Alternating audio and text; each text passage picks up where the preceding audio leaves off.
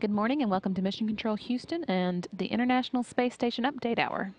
We're here with the International Space Station Flight Control Team inside the Space Station Flight Control Room, where Flight Director Royce Renfrew is leading the team today, with Jeremy Hansen serving as Capcom.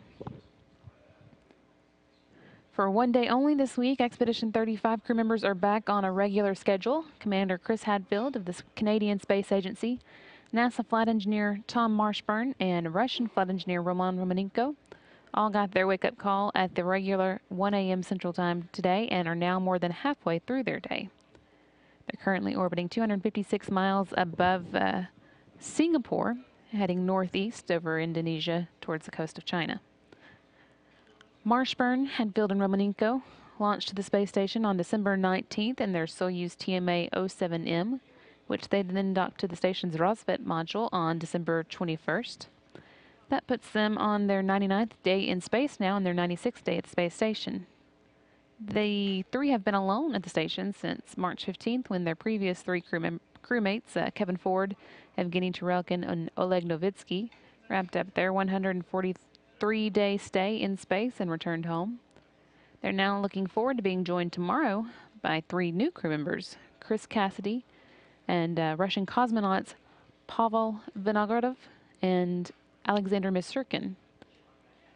Their Soyuz TMA-08M is scheduled to not only launch at 3:43 p.m. Central Time tomorrow from the Baikonur Cosmodrome, but it will also dock the same day to the station's Poisk module at 9:32 p.m. It'll be the first single-day journey to the space station for a crewed vehicle, though the Russians have successfully tested the plan with Progress cargo vehicles in the past. NASA TV coverage of the day will begin at 2:30 p.m. Central tomorrow, and you can see how the other events line up here. Coverage of the docking will begin at 8:30 p.m. Central Time, and the final section of our coverage for the hatch opening, which is scheduled for 11:10 p.m., will begin at 10:30 p.m. Central Time.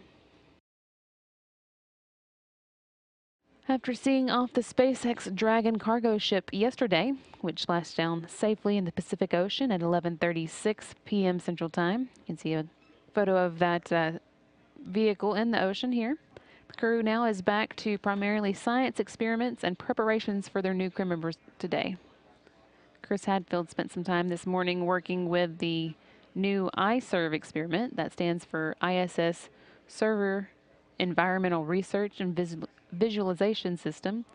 That's an automated system designed to acquire images of the Earth's surface from the space station, both as a way to gain experience and expertise in automated photography from the station, and also to provide useful images for disaster monitoring and assessment, as well as environmental decision making.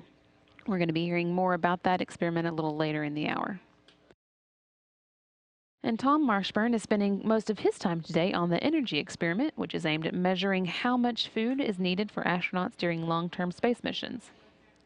To do so, the science team will measure every component or variable of the astronaut's energy expenditures, reflecting his or her energy needs. So Marshburn today followed a prescribed, or yesterday rather, followed a prescribed menu, and he'll continue that plan for breakfast today. Then he'll be logging very carefully all of his other meals today and providing urine samples, as well as spending 45 to 80-minute sessions monitoring his oxygen intake through a mask while relaxing by either listening to music or watching a movie. In addition, Marshburn and Hadfield both performed sessions of the reaction self-test experiment again today. In all, they aim to have performed 115 runs of that experiment by the end of their stay at the space station. Reaction self-test is a 5-minute reaction time task that allows crew members to monitor the daily effects of fatigue on their performance, particularly at times like these when their sleep schedule is disrupted for sleep shifting. Hadfield and Marshburn have each been taking part in the test right before their sleep period begins all week long. However, today, Marshburn also performed the test as soon as he had woken up.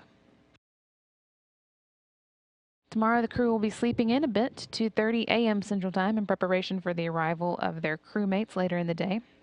Because it will be such a long day, they're also scheduled to take one 4-hour-long nap. at 10 a.m.